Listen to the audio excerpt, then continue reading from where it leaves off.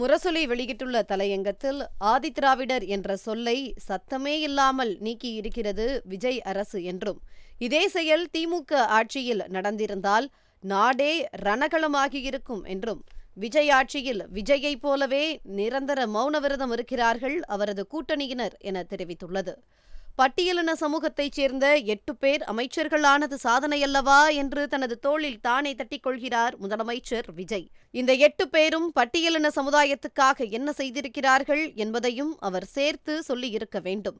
60 நாட்களுக்குள் 8 ஆணவ கொலைகள் நடந்துள்ளதையும் சாதனை பட்டியலில் சேர்த்து கொள்ளலாமா? காலம் காலமாக இருந்த ஆதிதிராவிடர் அடையாளச் சொல்லை திட்டமிட்டு நீக்க வேண்டிய அவசியம் என்ன வந்தது? நாடாளுமன்ற உறுப்பினர் ரவிக்குமார், எழுத்தாளர் ஆதவன் தீட்சண்யா, ஆய்வாளர் கௌதம சன்னா போன்றவர்கள் மட்டுமே இதற்கான எதிர்ப்பை பதிவு செய்துள்ளார்கள். அமைச்சரவையில் ஆதிதிராவிடர் மற்றும் பழங்குடியினர் நலத்துறையின் அமைச்சராக விடுதலை சிறுத்தைகள் கட்சியைச் சேர்ந்த வன்னியரசு அவர்கள் அமைச்சராக இருக்கும்போது இது நடந்துள்ளது. இதனை அவர் நியாயப்படுத்தி பேசியும் இருக்கிறார். ஆதிதிராவிடர் மற்றும் பழங்குடியினர் துறை என்ற அமைச்சகத்தின் பெயர் சமூக நீதித்துறை என மாற்றப்பட்டிருக்கிறது. ஆதிதிராவிடர் மற்றும் பழங்குடியினர் நலத்துறை என்பதன் நோக்கம் வேறு. அதனை சமூக நீதி என்ற சொல்லுக்குள் மட்டும் அடக்கிவிட முடியாது. சமூக நீதித்துறை என்று சொல்லிவிட்டால் அதனுள் பிற்படுத்தப்பட்டோர் வருவார்கள், மிகவும் பிற்படுத்தப்பட்டோர் வருவார்கள். இதையெல்லாம் விட்டுவிட்டு ஆதிதிராவிடர் மற்றும் பழங்குடியினர் துறைக்கு மட்டும் சமூக நீதித்துறை என்று பெயர் சூட்டி ஆதிதிராவிடர் சொல்லை நீக்க வேண்டிய அவசியம் என்ன என்பது குறித்து முரசொலி வினவியுள்ளது. 1922 மார்ச் 20 அன்று ஆதிதிராவிடர் என்ற பெயர் மாற்றத்துக்கான உத்தரவு நீதிக்கட்சி ஆட்சியால் பிறப்பிக்கப்பட்டது. அதுவரை தொழிலாளர் நலத்துறைக்குள்தான் ஆதிதிராவிடர் நலனும் அடங்கியிருந்தது. நீதிக்கட்சி ஆட்சியில்தான் தொழிலாளர் நலத்துறையில் இருந்து இது பிரிக்கப்பட்டது. 1969 ஆண்டு முதலில் முதல்வரான கலைஞர் அவர்கள்தான் ஆதிதிராவிடர் நலத்துறையையும் பிற்படுத்தப்பட்டோர் நலத்துறையையும் தனித்துறையாக உருவாக்கினார்கள். பிற்படுத்தப்பட்டோர் நலனுக்கான சட்டநாதன் ஆணையத்தை அமைத்தார்கள். அந்த பரிந்துரைப்படி இடஒதுக்கீடு முறையை அமல்படுத்தினார் முதலமைச்சர் கலைஞர். இந்த வரலாறு ஏதும் தெரியாமல் அல்லது இந்த வரலாற்றை மறைக்கும் வகையில், திரிக்கும் வகையில் ஆதிதிராவிடர் என்ற சொல் நீக்கப்பட்டுள்ளதாக குறிப்பிடப்பட்டுள்ளது.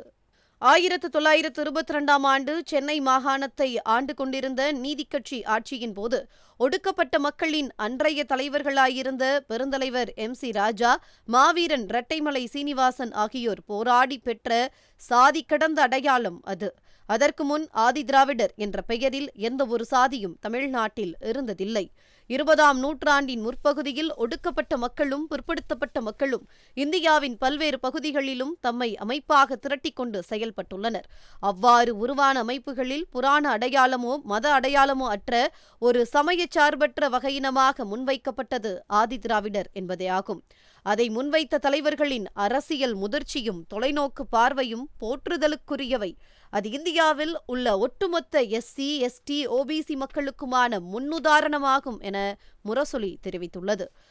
ஆதிதிராவிடர் என்ற சாதி கடந்த சமயச்சார்பற்ற அடையாளத்தை கொச்சையாக புரிந்து கொள்பவர்கள்தாம் அதை மாற்ற வேண்டும் என கோருகிறார்கள். அந்த கோரிக்கையை இந்த அரசு ஏற்றுக்கொண்டிருப்பது வேதனையளிக்கிறது என்று ரவிக்குமார் MP எழுதியிருக்கிறார்.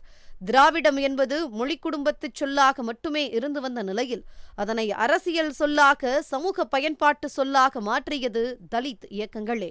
இந்த கருத்தாக்கத்தின் முதற்கட்ட 3 தத்துவாசிரியர்களாகவும் செயற்பாட்டாளர்களாகவும் பண்டிதர் அயோத்திதாசர், இரட்டைமலை சீனிவாசன், MC ராஜா ஆகிய மூவரையும் சொல்லலாம். 1892 ஆதிதிராவிட ஜனசபை என்ற அமைப்பு உருவானது. இதே காலகட்டத்தில் ஜான் ரத்தினம் முயற்சியால் திராவிடர் கழகம் என்ற அமைப்பும் உருவானது. 1916 உருவான ஆதிதிராவிட மகாஜன சபை, 1928 உருவான அகில இந்திய ஆதிதிராவிட மகாஜன சபை ஆகிய 3ம் மிக முக்கியமான அமைப்புகள். மிண்டோ மார்லி சீர்திருத்த குழுவுக்கு கொடுத்த வகுப்புரிமை விண்ணப்பத்தில் சாதி இந்துக்கள் என்பதை ஒரு பிரிவாகவும், சாதியற்ற திராவிடர்கள் தாழ்த்தப்பட்ட வகுப்பினர் என்பதை மற்றொரு பிரிவாகவும் பகுத்து காட்டினார் அயோத்திதாசர். பார்ப்பனர் அல்லாதோர் அரசியல் வெகுவாக பேசப்பட தொடங்கிய பிறகு ஆதிதிராவிடர் என்ற சொல்லுக்கு அழுத்தம் கொடுத்தார் MC ராஜா.